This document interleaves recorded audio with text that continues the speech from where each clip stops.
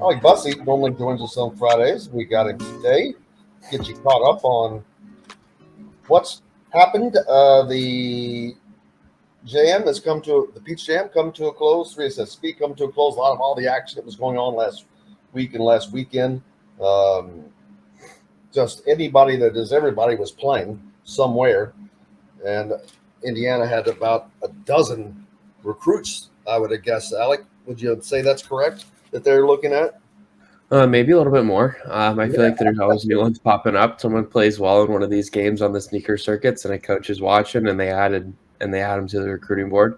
But yeah, I would say serious targets right now. You can talk about maybe. Any names that were kind of not really there, but kind of elevated themselves over the last week. Yeah, I think there's some. I think that on the 3SSB circuit, a couple names that come to mind as names that Indiana might be starting to show a little bit more interest in. Honor Boateng, who is from Arkansas Little Rock, he played at the same high. He plays at the same high school, I should say. I believe as Kalel, where Arkansas or Little Rock Central, I believe is the name of the high school. And then another one that started to really pop up here is VJ Edgecombe. He is about a 6'5", 6'6" wing. He's really long, really good shooter. He's someone who kind of has blown up a ton in the last year. He's a top 25 ranked player in the 2024 class. I know NBA teams are really fascinated by his skill set. He's got a lot of the traits that NBA teams kind of value, and I know Indiana's kind of starting to get in there and recruit him a little bit more. He actually received a scholarship offer from Duke last week for the way he played, so he had a really strong week down there in the 3SSB circuit.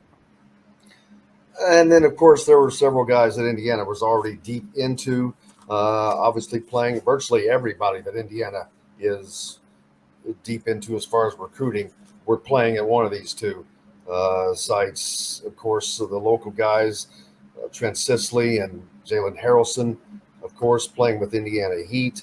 Those guys in the 25 class, though, of course, so they're a few years off. And we'll expect to have Trent Sisley on the show probably next week. Hope to get to that. But in the immediate future, the 24 guys, not really any in-state guys other than daggone it, from Kokomo, Flory Badunga. He's the biggest name as far as in-state, I would guess, right now that's in the 24 class. Most of the guys are out-of-staters. Yeah, you'd be correct with that. Talking specifically about Flory Badunga being the one in-state guy that I think Indiana is really kind of tracking hard. I mean, Kenny Catchings is another name, but he's obviously committed to Purdue. And I think those are kind of the two elite players in the state this year. And then you kind of see a little bit of a drop-off if you look at rankings. You got someone like Tyler Bailey, I guess, who's at La Lume, and KJ Wyndham. Those are players that are ranked, I would say, around like the 150 to 200 range, depending on the service. But yeah, Flory Badunga is certainly the one guy who's still available in the state that I think Indiana would really like to get. He played really well in a couple games last week on the 3SSB circuit. Again, that's the Adidas one. He had 31 or 32 points in their win over Rivals Nation on Sunday.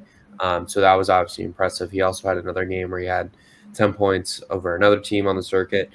I think the one thing with Flory Badunga is his athleticism and his rim running makes him impactful offensively. He's still developing a little bit as a passer, still developing as a ball handler. I don't think he has much of a jumper at all right now, but he is a great shot blocker on the defensive side, and he moves really well.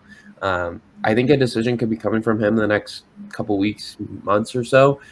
He said a couple times that he wants to announce a decision before his senior year, before his senior season. So keep an eye on that. I would say Duke, Kansas, Michigan, those three schools hosted him for official visits this summer seem to be well positioned. But I'm sure Indiana's still really trying to get in on him, but they have started to come up with some backup plans too, I think. A name that a lot of people may not be familiar with, Darius Acuff from Detroit, Michigan, has kind of jumped up on Indiana's radar, not just Indiana. He talked to Rob Cassidy from Rivals, and he lists Indiana, Kentucky, Michigan, and Michigan State as teams that have jumped into the fray for him. I would think that it would be extraordinarily difficult for right now for Indiana to get a kid out of Detroit when Michigan and Michigan State are both on him as well. Forget about Kentucky. I'm just talking about it. It's those Detroit guys, man. they like to stay in Michigan. He said he grew up a Michigan fan. Yeah, sorry, I was getting a phone call from someone there, but yeah, I mean, Acuff is someone who played really well this past week on the circuits. You're right when you talk about the success that Michigan and Michigan State have had with in-state talent, and it makes a lot of sense. I mean, think about how good those two programs have been in the last 5 to 7 years. If you're talking about NCAA tournament success in the last few years, I don't know if there's a program who's had more of it in the Big Ten than Michigan. Now I know the success in the regular season has kind of dropped off a little bit for them here in the last couple of years, but Michigan State's obviously expecting to have a good season this year. They lost in the Sweet 16 this past year, and I think Tom Izzo still has a lot of cachet as a head coach in the country, and still recruiting at a very high level. I mean, he's got a top 5 class in the country coming in as freshmen this year that'll be on the court for the Spartans. So I think that this might be a little bit of an uphill battle, especially when you look beyond that and you talk about Kentucky kind of being involved as well. It's going to be tough for Indiana, but there's nothing wrong with trying to get into a recruitment, right? Like maybe you've got a thing about your school that really catches a player's eye that other programs can't offer. So, this is how recruiting goes, and when you're recruiting 5-star, top 20, top 25 caliber players in a class, you've got to give it your best shot. And I think that's one thing that Indiana and Mike Woodson deserve a lot of credit for is, really kind of trying to get involved in some of the most talented players. Well, and what kind of stands out is he's a 6 foot point guard, but what he's looking for in a college, he says he wants to pick a school that's going to get me to the next level, a school that's going to let me play my game, but also correct me on my mistakes. I want coaches to always be 100 with me. I don't want them to just tell me the stuff I'm doing well, which that is what everything I've ever heard about Mike Woodson from the players to a T. And the fact that Indiana just is coming off of getting Trace Jackson Davis and Jalen Hood-Schifino, especially Jalen Hood-Schifino, who was a point guard and a freshman into the league, that is going to start standing out to these guys. And that is how you get a guy out of Detroit to an Indiana. Not that Tom Izzo doesn't do a tremendous job, but it's becoming it's not like it used to be where more guys from a state would stay in state no matter where that was. These guys they've become not international but national players, I guess is the better way to put it. Yeah, and I think one of the reasons that they become national targets is because they spend so much time traveling across the country for different games. Whether it's the NIBC high school circuit, I don't think Acuff is on that. I mean, he plays at Cass Tech, and that's not a school that I'm familiar with on the NIBC tour. But, he is on a sneaker tour, right? And he's traveling all over the country. And I think one of the maybe effects, I don't know if it's positive or negative, of the sneaker circuits is that high school players are able to kind of travel across the country and see different areas of the country and see different geography, and it opens their eyes to different schools and different opportunities. And I think that kind of makes it fun for kids, and they want to go see different places and play at schools that maybe aren't right down the street in certain instances. But there's also the kids who want to stay home, and I think Indiana's had a lot of success with the kids who kind of want to stay home. When you think about Trace Jackson Davis is someone who was in state. I know that Christian Lander didn't work out on the court, but he was an in-state kid who was highly touted as well. Just another example of a highly ranked kid kind of staying close to home. But yeah, I think that Acuff is someone that is from the state of Michigan. He's from Detroit, like you've said a couple times, and Michigan and Michigan State seem to be positioned well there from what I understand, but you're kind of starting to see it expand a little bit with Kentucky starting to get involved, Indiana getting involved. And, when Kentucky's involved, that says a lot because Kentucky's done a lot with really talented guards, and I think that that's a really good sell. And it's similar to Indiana's with what you said with Joe Hood-Schifino becoming a number 17 overall draft pick after just one season with Indiana. You're seeing the immediate effects of what it means to have someone drafted into the NBA.